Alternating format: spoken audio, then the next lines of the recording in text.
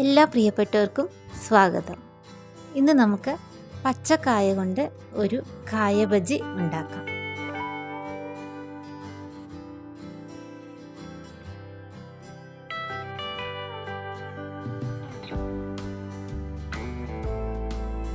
ഇത് നമ്മുടെ വീട്ടിൽ തന്നെ ഉണ്ടായ കായയാണ്, അതുകൊണ്ട് തന്നെ ടേസ്റ്റും കൂടുതലാണ്. ഇതാണ് ഇൻഗ്രീഡിയൻസ്. നമ്മൾ അതിനായി 3 കായ എടുത്തു. ഇനി അതിൻ്റെ തൊലി കളഞ്ഞ് വൃത്തിയാക്കി വെച്ചു.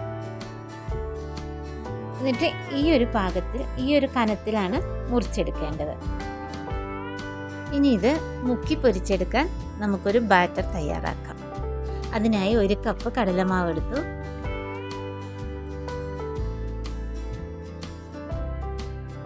അതിലേക്ക് 1/4 ടീസ്പൂൺ ഉപ്പിട്ടു, 3/4 ടീസ്പൂൺ മുളക് പൊടി,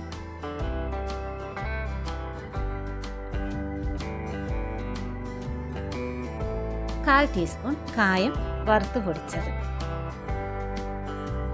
1 നുള്ള് ബേക്കിംഗ് സോഡ. ഇതെല്ലാം കൂടെ ഒന്ന് യോജിപ്പിക്കാം. ഇനി നമുക്ക് നമ്മുടെ ദോശമാവാണിത്.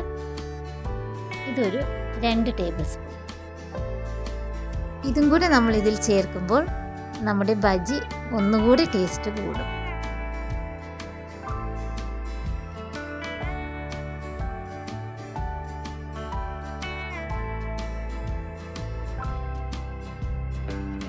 ഇനി നമുക്ക് കുറച്ച് വെള്ളം കൂടെ ഒഴിച്ച് നന്നായി ഒന്ന് മിക്സ് ചെയ്തെടുക്കാം. വെള്ളം കൂടാതെ പ്രത്യേകം ശ്രദ്ധിക്കണം. നമ്മുടെ ബാറ്റർ റെഡിയായി. ഇനി നമുക്ക് ചീനച്ചട്ടി അടുപ്പത്ത് വെച്ച് ആവശ്യത്തിന് എണ്ണ ഒഴിക്കാം. കായ ഓരോന്നെടുത്ത് ബാറ്ററിൽ മുക്കി എണ്ണയിലിട്ട് പൊരിച്ചെടുക്കാം.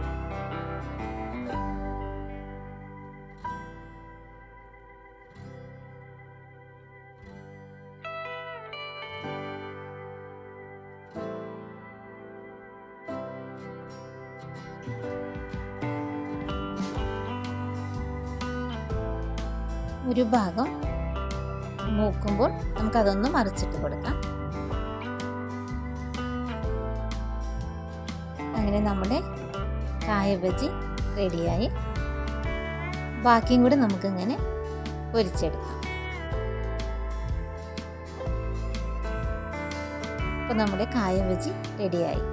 ഇനി നമുക്കതിലേക്കൊരു ചട്നി ഉണ്ടാക്കാം. അതിനായി 1/2 കപ്പ് നാളികേരം എടുത്തു, ഒരു ചെറിയ പീസ് ഇഞ്ചിയും 2 പച്ചമുളകും എടുത്തു. ഇത് നമുക്കൊന്ന് അരച്ചെടുക്കാം. ഇനി നമുക്കതിലേക്ക് 1/4 ടീസ്പൂൺ ഉപ്പ് ചേർത്ത് ഇനി കടുകും കറിവേപ്പിലയും ഇട്ട് നമുക്കതൊന്ന് വറുത്തിടാം. ഒന്ന് മിക്സ് ചെയ്യാം.